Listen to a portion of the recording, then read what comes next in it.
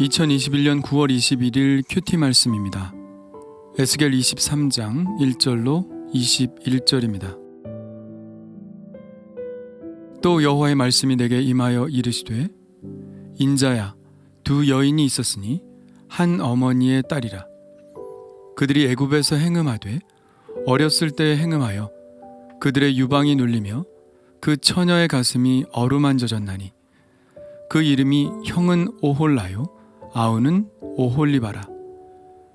그들이 내게 속하여 자녀를 낳았나니 그 이름으로 말하면 오홀라는 사마리아요 오홀리바는 예루살렘이니라. 오홀라가 내게 속하였을 때에 행음하여 그가 연애하는 자 곧 그의 이웃 아수르 사람을 사모하였나니 그들은 다 자색 옷을 입은 고관과 감독이요 준수한 청년이요 말 타는 자들이라. 그가 아수르 사람들 가운데에 잘생긴 그 모든 자들과 행음하고 누구를 연애하든지 그들의 모든 우상으로 자신을 더럽혔으며 그가 젊었을 때에 애굽 사람과 동침하매 그 처녀의 가슴이 어루만져졌으며 그의 몸에 음란을 쏟음을 당한 바 되었더니 그가 그때부터 행음함을 마지 아니하였느니라. 그러므로 내가 그를 그의 정든 자 곧 그가 연애하는 아수르 사람의 손에 넘겼더니 그들이 그의 하체를 드러내고 그의 자녀를 빼앗으며 칼로 그를 죽여 여인들에게 이야깃거리가 되게 하였나니 이는 그들이 그에게 심판을 행함이니라. 그 아우 오홀리바가 이것을 보고도 그의 형보다 음욕을 더하며 그의 형의 간음함보다 그 간음함이 더 심함으로 그의 형보다 더 부패하여졌느니라. 그가 그의 이웃 아수르 사람을 연애하였나니 그들은 화려한 의복을 입은 고관과 감독이요 말 타는 자들과 준수한 청년이었느니라. 그 두 여인이 한 길로 행함으로 그도 더러워졌음을 내가 보았노라. 그가 음행을 더하였음은 붉은색으로 벽에 그린 사람의 형상 곧 갈대아 사람의 형상을 보았음이니 그 형상은 허리를 띠로 동이고 머리를 긴 수건으로 썼으며 그의 용모는 다 준수한 자 곧 그의 고향 갈대아 바벨론 사람 같은 것이라. 그가 보고 곧 사랑하게 되어 사절을 갈대아 그들에게로 보내매 바벨론 사람이 나와 연애하는 침상에 올라 음행으로 그를 더럽히매 그가 더럽힘을 입은 후에 그들을 싫어하는 마음이 생겼느니라.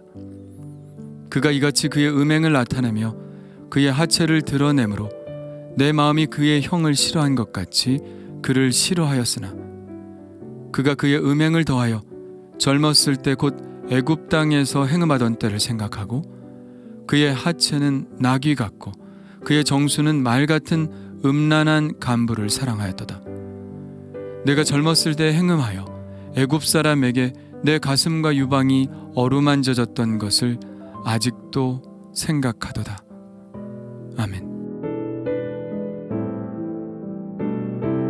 오늘의 말씀은 비유입니다. 비유는 복잡한 이야기를 매우 단순화해서 듣는 사람으로 하여금 이해하기 쉽게 하는 의사 전달 방식이죠. 그런데 만일 그 비유가 의미하는 것을 정확히 알지 못하면 비유로 하지 않은 것만 못하죠. 전혀 알아들을 수 없는 이야기가 됩니다. 예수님은 비유로 많은 말씀을 하셨죠. 들을 귀 있는 사람은 손뼉을 치며 그 이야기에 공감했겠지만 들을 귀 없는 사람들은 눈만 멀뚱멀뚱 대고 있었죠. 자, 그렇다면 오늘의 이 비유는 어떤 역사를 설명하고 있는 것일까요? 일단 알아듣던 못 알아듣던 비유 자체를 보면 이렇습니다. 하나님은 두 여인이 있었다고 이야기를 꺼내십니다. 한 어머니의 두 딸입니다. 그 딸들의 이름은 첫째는 오홀라, 둘째는 오홀리바입니다. 친절하게도 오홀라는 사마리아이고 오홀리바는 예루살렘이라고 해석을 해주고 있죠. 이들 자매들의 첫 연애 대상은 애굽이었습니다. 연애 대상이라기보다는 행음의 대상이죠. 그러다가 첫째 딸 오홀라는 아수르 사람을 또 연모하게 됩니다. 애굽과 행음하던 오홀라는 그 행음하는 습관을 버리지 못하고 아수르 사람에게도 빠져버린 것이죠. 그러나 아수르 사람은 오홀라를 사랑한 것이 아니었습니다. 온갖 이용은 다 해먹고 결국은 오홀라를 죽여버리죠. 그 아우 오홀리바도 그 언니와 다를 게 전혀 없었습니다. 아니, 그녀는 언니보다 음욕을 더하여 더 많이 간음하였다고 말합니다. 그녀도 언니 오홀라처럼 아수르 사람을 연애했습니다. 그러다가 다시 갈대아 사람에게 빠졌죠. 갈대아는 바벨론을 말합니다. 그런데 여기서 그치지 않습니다. 다시 맨 처음 행음의 대상이었던 애굽 사람을 또 연모하죠. 그래서 결국 오홀리바의 변심에 화가 난 갈대아 사람은 오홀리바를 죽여버립니다. 자, 이제 해석을 해야겠죠? 이 두 여인은 한 어머니의 딸입니다. 한 뱃속에서 나왔다는 것이겠죠. 한 어머니는 가깝게는 야곱일 것이고 멀게는 아브라함이 될 것입니다. 그리고 더 거슬러 올라가면 하나님일 수 있고요. 어쨌든 이 두 딸의 근원은 이스라엘 곧 야곱입니다. 야곱은 12아들을 낳았고 그 아들들이 이스라엘의 12지파를 이루었죠. 이 12지파들은 이스라엘의 첫 왕 사울을 중심으로 연합체를 구성했습니다. 이 연합체가 솔로몬까지 이어지죠. 그리고 솔로몬의 아들 르호보암 때에 두 나라로 갈라져 북쪽 10지파는 여로보암이 다스리는 이스라엘이 되고 남쪽 2지파는 르호보암이 다스리는 유다가 됩니다. 북쪽의 10지파를 오늘 말씀에는 사마리아로, 그리고 남쪽 2지파를 예루살렘이라고 칭하고 있죠. 그것은 북이스라엘의 수도가 사마리아이고 남유다의 수도가 예루살렘이라서 그렇게 부른 것입니다. 오늘 비유에서는 북이스라엘을 오홀라, 그리고 남유다를 오홀리바라고 부르고 있죠. 그렇다면 이 이름의 뜻은 무엇일까요? 이 두 이름은 모두 히브리 낱말인 오헬에서 나왔습니다. 오헬은 천막이라는 뜻이죠. 그래서 그대로 풀이하자면 오홀라는 그녀의 천막을 의미하고 오홀리바는 내 천막이 그녀 안에 있다는 뜻입니다. 그렇다면 왜 하나님은 천막이라는 단어로 이들의 이름을 비유하셨을까요? 천막이 떠오르게 하는 것은 이들이 본래 유목민이었다는 사실입니다. 그리고 그들은 광야에서 이 천막을 치고 40년을 보냈죠. 누가 보아도 유대인들을 상징하는 낱말이 바로 천막입니다. 그러나 여기에서 그치지 않죠. 천막은 우리가 흔히 말하는 장막을 일컫기도 합니다. 하나님의 장막, 곧 성소를 의미하죠.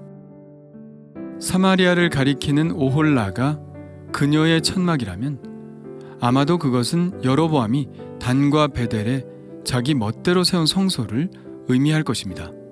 그야말로 하나님과는 전혀 상관없는 그녀만의 천막이죠. 그리고 예루살렘이 가리키는 오홀리바는 내 천막이 그녀 안에 있다는 뜻이니 하나님의 성소가 예루살렘에 있다는 뜻이어서 예루살렘 성전을 이야기한다고 볼 수 있고요. 또 다른 해석이 있을 수 있는데요. 천막은 사랑을 나누는 장소이기도 합니다. 야곱이 부인 라헬을 맞아들일 때 라헬이 거하고 있는 천막으로 들어가 사랑을 나누죠. 그러나 천막은 반대로 음행의 장소이기도 합니다. 민수기에 보면 비느하스가 창을 들고 천막 안에서 간음하고 있는 두 남녀를 찔러 죽이는 장면이 나오죠. 이처럼 천막은 좋은 관계일 때는 사랑을 나누는 장소로, 부적절한 관계 속에서는 음행을 하는 더러운 장소가 되기도 하죠. 하나님의 성소도 그렇습니다.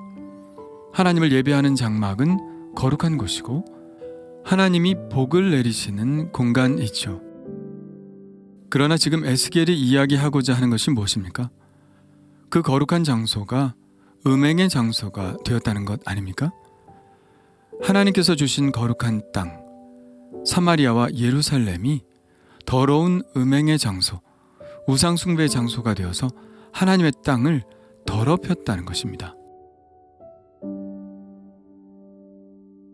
그러나 오늘의 이 비유는 우상 숭배를 비판하는 내용이라기보다는 외교적인 잘못을 지적하는 내용이라고 보면 더 좋을 것입니다.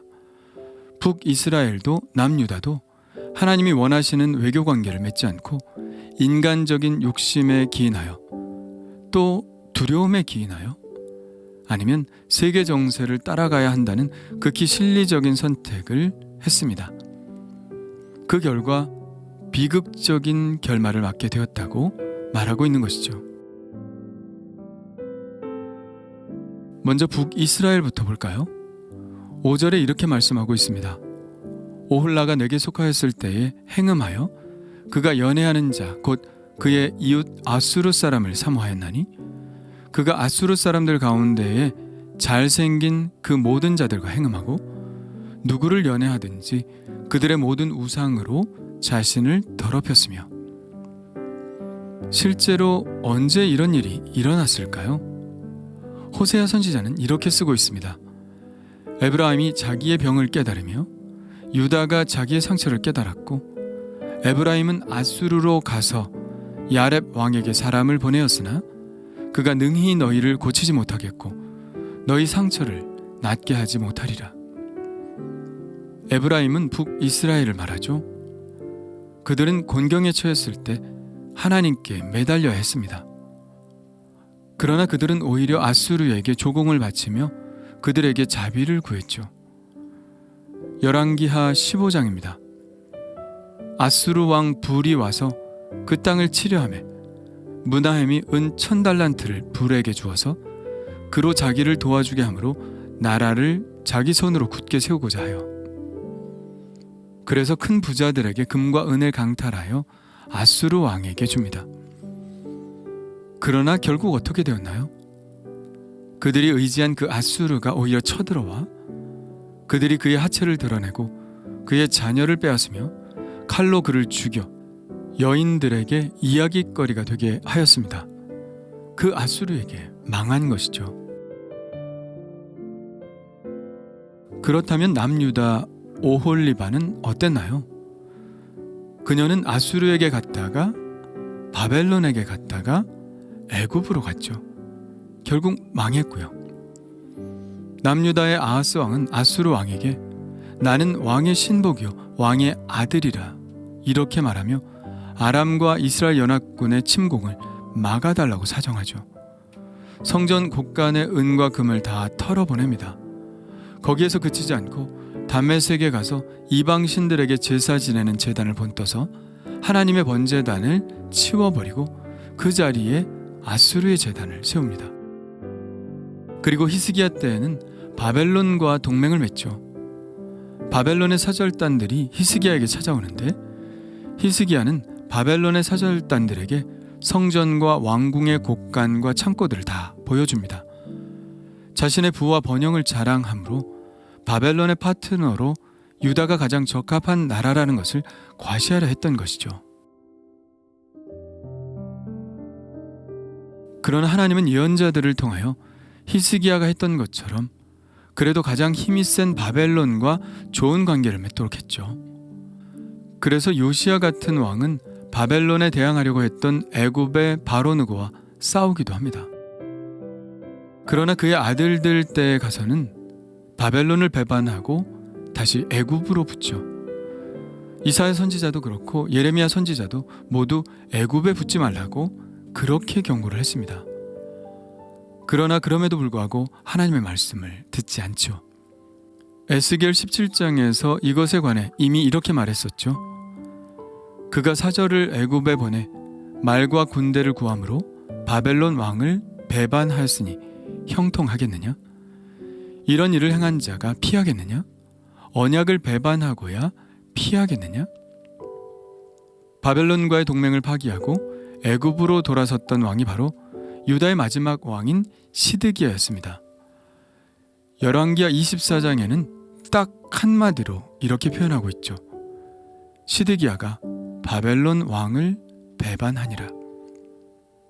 곧 바벨론이 쳐들어와서 예루살렘을 멸망시킵니다. 이것이 바로 오홀라와 오홀리바의 슬픈 이야기입니다.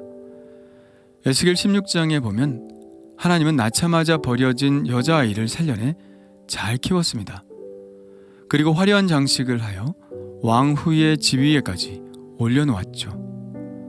아마도 솔로몬 때까지의 이야기일 겁니다. 그러나 그녀들은 결국 하나님을 버리고 자기들의 눈에 좋은 대로, 때로는 아수르를, 때로는 애굽을, 때로는 바벨론을 따라가 결국은 왕후의 지위가 아니라 더러운 창녀의 비참함에 이르게 되었다는 이야기입니다. 에스겔은 이 이야기를 하면서 얼마나 비통해하고 있었을까 생각해 봅니다. 이미 망한 두 나라를 바라보며 슬퍼하고 있는 그 모습을 봅니다. 왜 이렇게 되었을까요?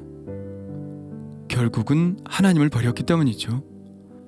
자기들을 가장 사랑하시고 가장 좋은 것을 주시는 그분을 저버리고 세상에서 눈에 보기 좋은 것을 따라가다가 망해버리고 만 것이죠. 우리가 존귀한 것은 하나님이 우리를 존귀하게 만들어 주셨기 때문입니다. 예수 그리스도의 보혈이 아니면 우리는 그저 더러운 죄인에 불과하겠죠.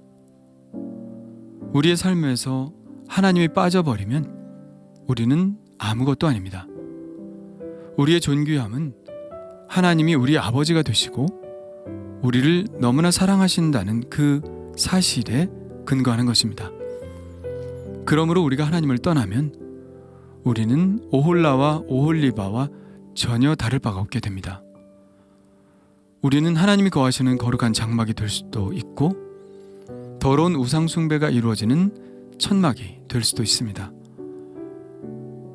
우리는 어떤 천막이 되기를 원하나요? 거룩하고 존귀한 하나님의 자녀가 되기를 원합니다. 그러기 위해 오직 하나님만을 섬기기를 원합니다. 주님 감사합니다. 그들이 하나님을 버렸기에 비참해졌음을 보았습니다. 거룩한 장막이 음행하는 텐트가 되었습니다. 오 주님, 주님이 제 안에 들어와 성전을 삼으셨기에 제가 존귀해졌음을 고백합니다. 주님, 그러니 저를 떠나지 마옵소서.